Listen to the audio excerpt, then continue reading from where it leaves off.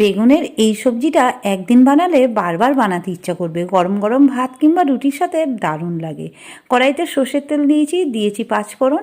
এবার এখানে কেটে রেখেছিলাম 3টে মিডিয়াম সাইজের আলু। আলুটা একটু ভাজা হয়ে গেলে একটু মোটা করে কেটে নিয়েছি 2টো বড় সাইজের পেঁয়াজ, সেটা দিয়ে দেবো। একটু ভাজা হলে পেঁয়াজটা দিয়ে দেবো টমেটো 2টো ছোট ছোট করে কেটে নিয়েছিলাম। তারপর এখানে আদা আর কাঁচা লঙ্কা বাটা দেবো, আর দেবো স্বাদ মতো লবণ, দিয়ে একটু কষিয়ে নিয়ে এবার এখানে জিরের গুঁড়ো, ধনের গুঁড়ো, তারপর দিয়ে দেবো হলুদ গুঁড়ো আর লাল লঙ্কার গুঁড়ো পরিমাণ মতো দিয়ে ভালো করে কষিয়ে নেবো। দেবো এখানে জল 1 বাটি আর অল্প একটু দিয়ে খুব ভালো করে মিশিয়ে এখানে 2টো বেগুন কেটে নিয়েছিলাম, বেগুনটাকে এবার দিয়ে দেবো। দিয়ে খুব ভালো করে গ্রেভির সাথে মিশিয়ে ঢেকে রেখে দেবো 5 থেকে 6 মিনিট।